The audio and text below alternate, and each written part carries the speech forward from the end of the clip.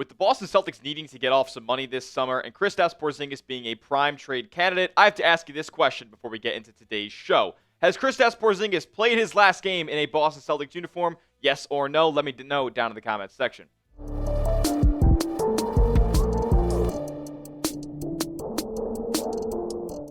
What's going on, Green Teamers? You're watching Celtics Today by Chat Sports. I am your host, Tyler Smith, and on today's show, we have a major Celtics and Kristaps Porzingis trade report coming as a new team has been linked to trading for KP this offseason. We know the Celtics are trying to get under the second apron, might be even trying to get closer to the luxury tax line, and Porzingis is a prime trade candidate with an expiring $30 million salary. But I think it's important to provide context to this Rockets trade link with Porzingis before we get into any actual idea of what a framework could look like. So per The Athletic, the Rockets have been focused on a Kevin Durant trade, and we know there's been widespread speculation that Kevin Durant will be traded before the NBA draft, which is about 3 weeks away. So this could all be coming very, very quickly. And the Rockets, obviously, with their young core right now, losing in the first round of the playoffs, they want to capitalize on the strong production that this team has had over the past season. So they're going to try to add a guy like Kevin Durant who can really help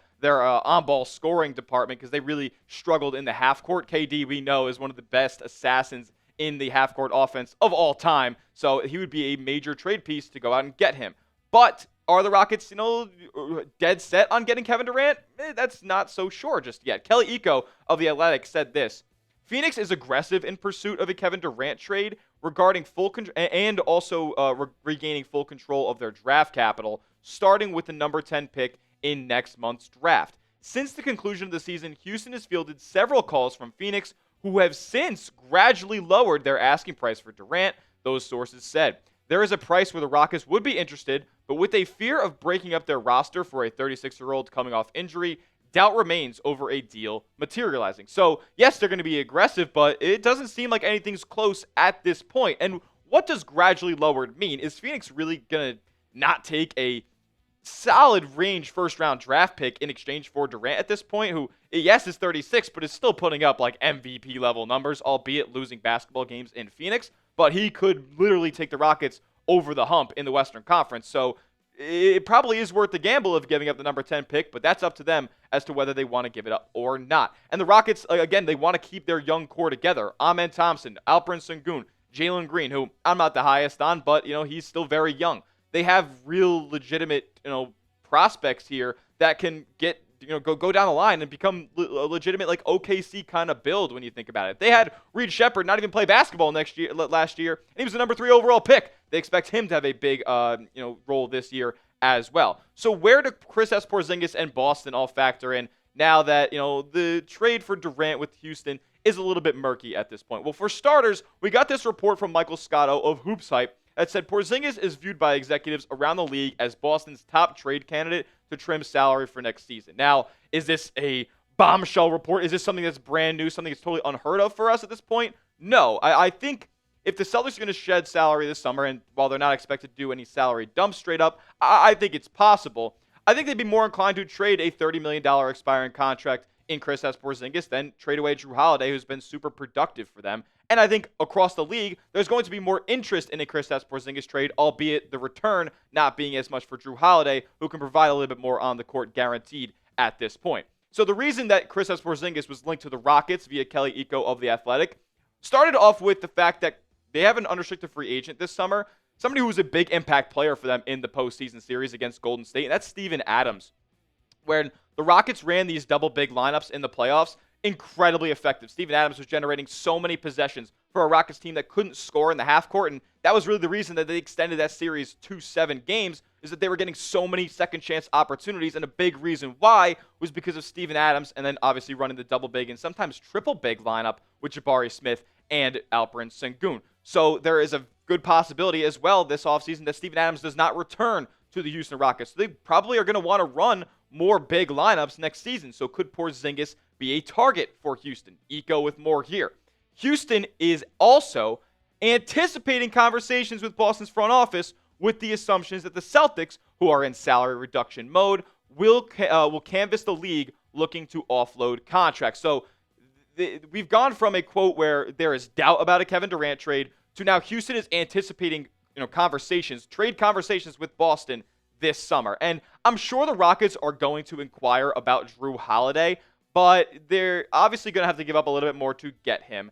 And that's a big contract, especially, if they're concerned about a 36-year-old Durant. Holiday's 34 years old. He's going to be making $34 million. And then, down the line, as his contract gets bigger and bigger, he's got the $37 million player option when he's 37 years old. So, they might not be as enticed to go out there and get a big-time, aging veteran player like Holiday. Might be inclined to go get a 30-year-old player for the low in Porzingis, obviously granted that he is going to be healthy for next season. And with the Rockets, though, not many deals work for Kristaps Porzingis, especially when you consider, some of their mid-level deals are Alperen Sengun or a, Jalen Green or a Amen Thompson, who was drafted very highly, a Reed Shepard, who was drafted very highly.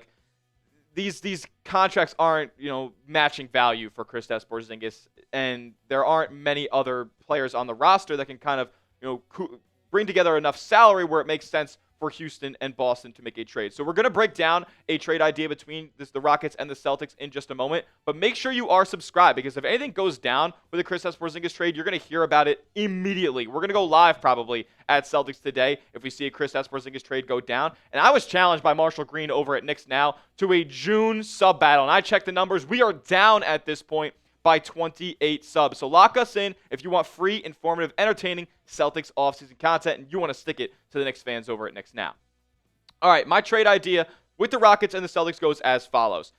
Kristaps Porzingis would be heading to the Rockets along with a 2025 second-round pick, which is pick 32, which is, a borderline first-round pick in a way. And then you get a 2026 top 10 protected first-round pick. Granted, the Celtics maybe make some other moves, and they try to, who knows, take a true punt year with the absence of Jason Tatum. That could be end up being a solid pick. And then in return, the Celtics would get Dillon Brooks and Aaron Holiday, who, like I mentioned previously, with Reed Shepard looking to have a bigger role next season, it looks like Aaron Holiday is going to be the victim of that rotation casualty. And the Celtics in this deal would shed $4.7 million. And I'm not anticipating Aaron Holiday to be a major player for Boston next season. They could also look to just offload him in a trade, send away or get back a protected second-round pick or something like that. And then you get, about $10 million away from your salary cap books on this deal.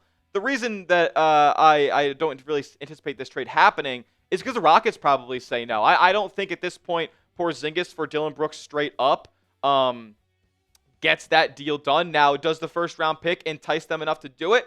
Maybe, because they are a young team and they want to prioritize a young core, and that could be a mid first round draft pick that ends up being a contributor down the line. So yeah, they could be enticed to do it. But Dillon Brooks has been a really good player for them, and he's been incredibly productive over the last couple of seasons for Houston. He shoots 40% from three. He gives you 15 points a night, and he's going to be an absolute pest on defense, getting in the heads of opponents' best scoring wings on a nightly basis. I would love Dillon Brooks on the Boston Celtics. I feel like he fits the mentality of the city. Some people think he's, sometimes a little bit too much of a dirty player.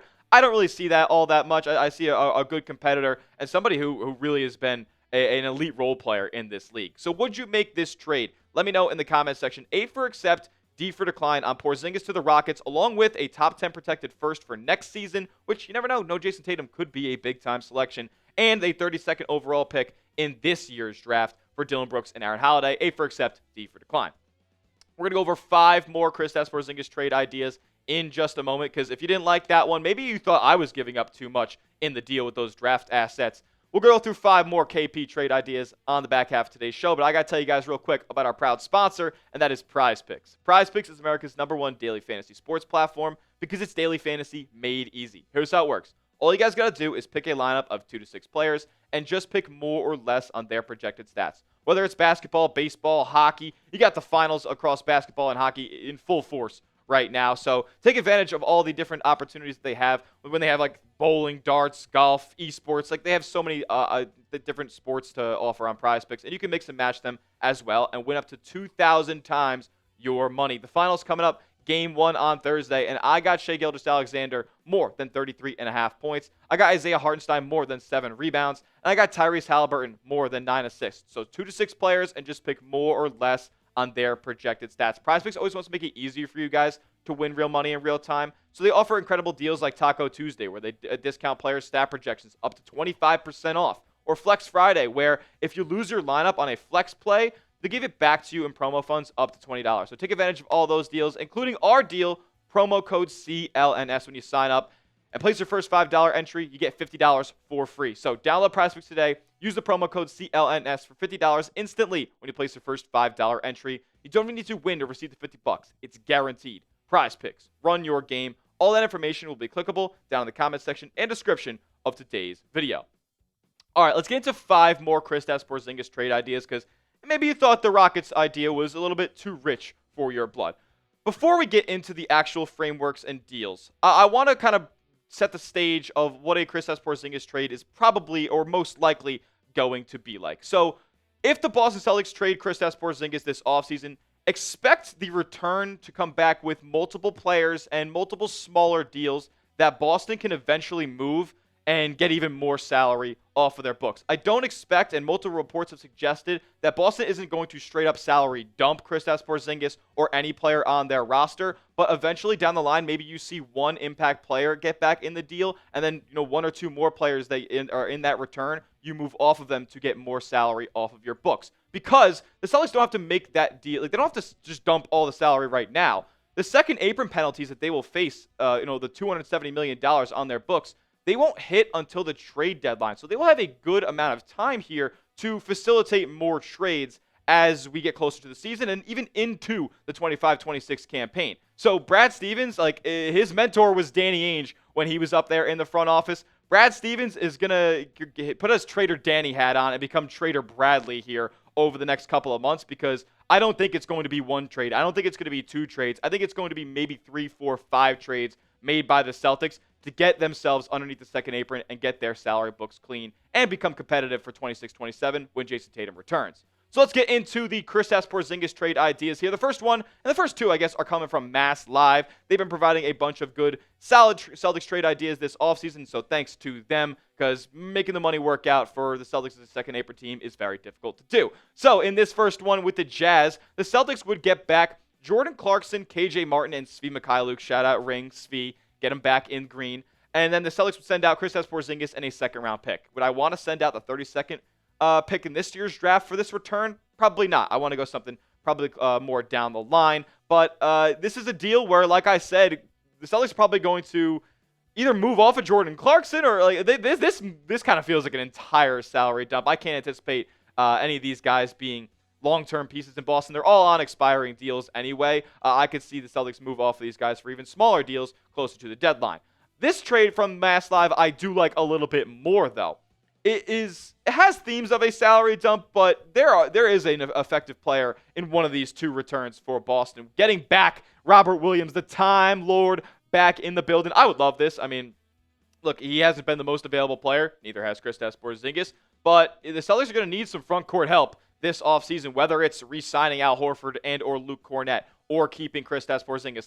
They're going to need some front court reinforcements. And I think Time Lord with the logjam up there in Portland needs a breath of fresh air and I guess a familiar scene back in Boston. Then you get Matisse Thybulle as well. Could you move off of him and get more money off of this deal? Perhaps. He makes about $11 million.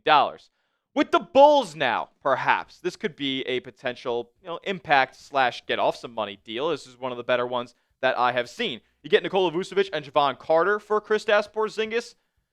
I like Vooch. He doesn't play a lick of defense, but he is going to put the ball in the cup, and he can space the floor. Solid enough passer of the basketball as well. Can kind of work in a lot of different spots around the court, and a really good low post player as well. Javon Carter is a player who makes about a little bit under $7 million. Could you try to offload him? Again, that same kind of scenario of taking back a protected second-round pick in exchange for Javon Carter somewhere. That would be music to my ears, and then you basically get $10 million shut off your books by acquiring Vooch for Porzingis. What about this deal with Charlotte here that is a little bit similar? Kind of a pick your poison here with this Bulls and Hornets trade. You get back Yusuf Nurkic and Josh Okogie.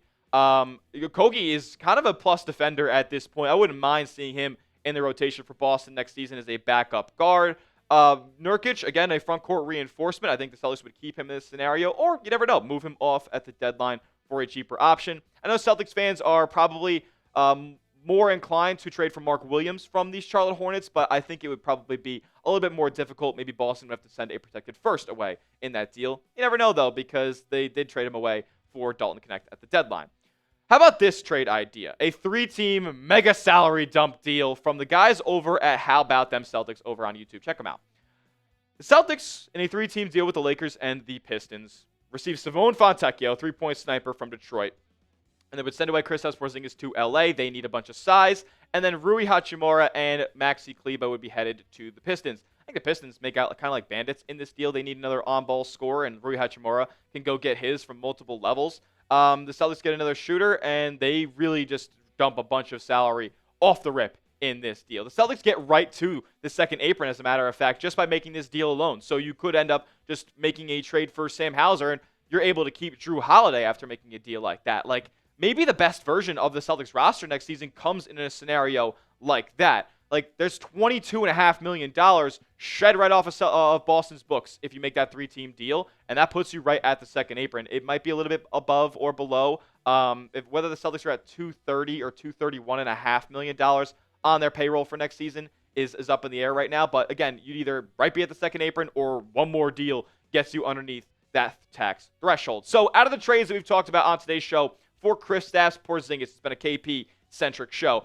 Pick a trade to make. If it's the first one that we talked about with the Jazz, type 1. If it's the second one that we talked about with the Trailblazers, where the Celtics get the Time Lord back, type 2 in the comments section. If it's the third trade that gets the Celtics Vooch, a former All-Star here, like this could be a solid expiring deal that gets solid production for Boston next year, type 3 in the comments section. If it's the Hornets and this, kind of center guard duo tickles your fancy a little bit more, type 4 in the comment section. Or if it's the fifth one that we just talked about, the 3-team blockbuster that sends Simone Fontecchio to Boston and gets them basically at the second apron, type 5 down in the comments section. I want to hear from what Celtics fans have to say. Listen, I'd probably pick the Rockets trade, obviously, out of all of these, but if I had to pick one, maybe I'd go with that deal with the Bulls to get used to Nikola Vucevic, and then you move off of Javon Carter or something like that. That will do it for today's edition of Celtics Today by Chat Sports. Make sure you keep us locked in as your number one source for Celtics offseason content. All summer long, we're giving you content basically